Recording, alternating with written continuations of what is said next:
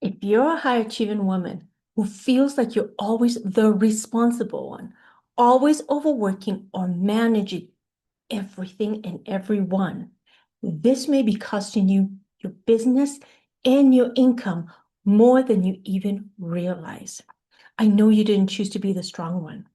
I know that you didn't choose to be the one to carry everything. But now you may be carrying emotional labor, responsibilities, and circumstances that are delaying your income or your business growth. My name is Ruth Duran. I'm a certified life coach, master coach trained in MBA, and I help immigrant businesswomen stop overworking, stop working harder and longer than they need to, so they can create the business and the income of their dreams. And so one of the things that I notice with a lot of my clients is that so many high achieving women become the reliable one in their family and in their business. They're the ones that everybody ends up depending on. And this didn't happen on purpose. It happened accidentally. They noticed something needed to be taken care of. They took care of it. They noticed something was going to break. They prevented it. They noticed something that could fall through the cracks. They helped it through. They noticed a way that everybody could step up and accomplish more, and they implemented it. Unfortunately, then everyone else then ended up relying and depending on them to be the responsible one. It was quiet and it was not spoken. And unfortunately, this often leads to emotional labor or overfunctioning. And I coach so many women every single day on the fact that they are exhausted. It is so subtle. And once we're looking at it, we're not even aware of how it started at first. But then they start noticing, I'm exhausted. I'm depleted. Why? Because they were the ones who slowly became the responsible one, the one who managed a lot, and the one who did so much more than other people. My friends, overfunction can show up as managing tasks, managing people, and managing problems and emotions that aren't even yours. For example, I have the client, she's the boss, but she ends up doing so much more because it falls on me.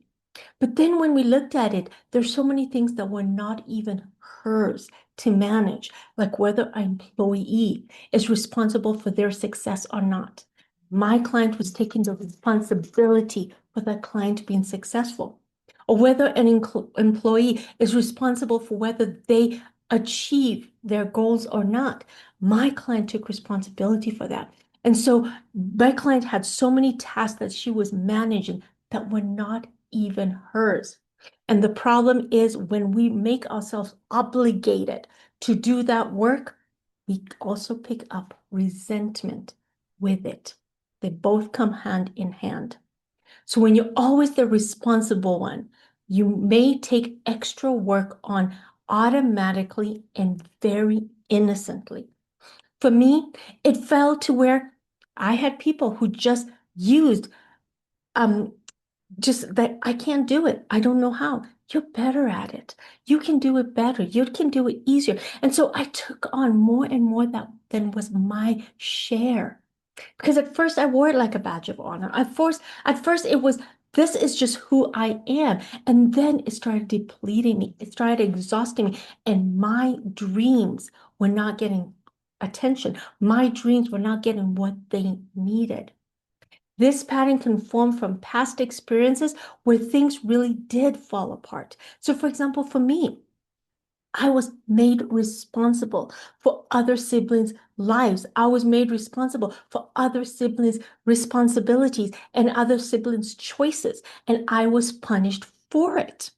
And so I felt the consequence of other people's choices. And so my brain made it mean that I need to step up for other people.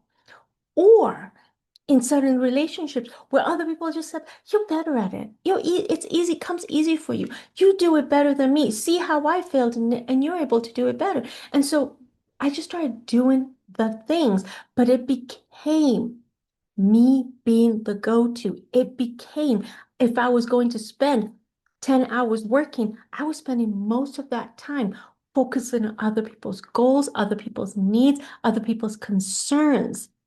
And it was depleting and exhausting me, and thus impacting my income, my business, and my revenue. And now I want you to see that the system associates safety with you carrying more of the responsibility. And I remember when I decided to start dropping things that I unconsciously picked up.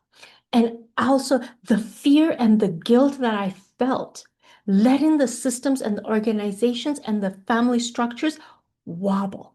And watching them wobble because I wasn't holding things up. Watching people wobble and watching the discomfort and feeling the guilt of people feeling the discomfort of the consequences of their choices. And so for me, it was not easy, but I worked on it, and I still work on it every day. For my clients, it's the same thing. Watching and being sitting in that fear and that guilt and that discomfort of, oh my goodness, if I step back, will this employee succeed? Oh my goodness, if I step back, will this person do their part? Oh my goodness, if I step back, will this goal and this project be completed? And what will happen if I hold them accountable for what they did or didn't do?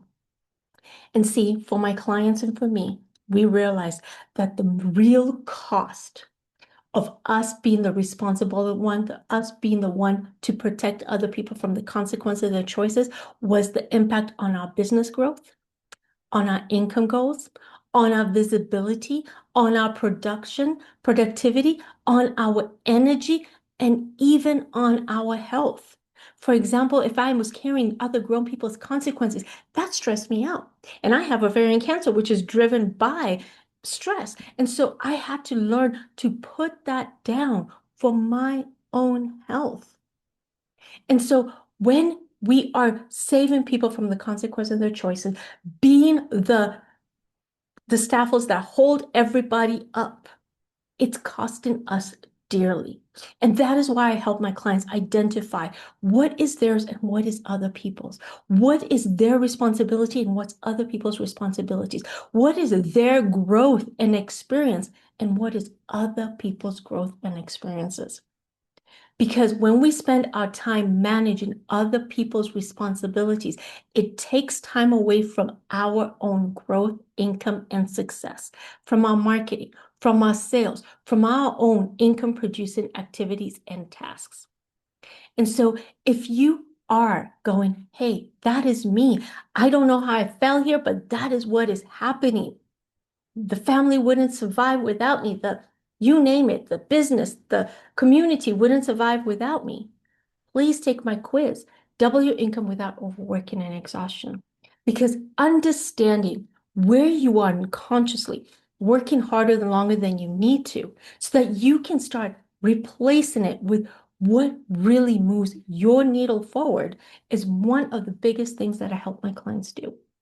And we want you to really identify where you're unconsciously overworking, where you're unconsciously carrying the emotional labor for family, community, and everybody. Where are you stalling your business growth unconsciously? Because when my clients come to me, they're exhausted, but they don't know why.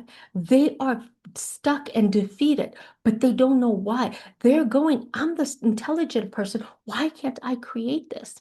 And it's because of the unconscious hidden patterns that they defaulted to at a very young age. If you'd love my support, I'd love to support you. Take my quiz. The link is in my bio. Have a blessed day, and I'll talk to you next time. Bye-bye.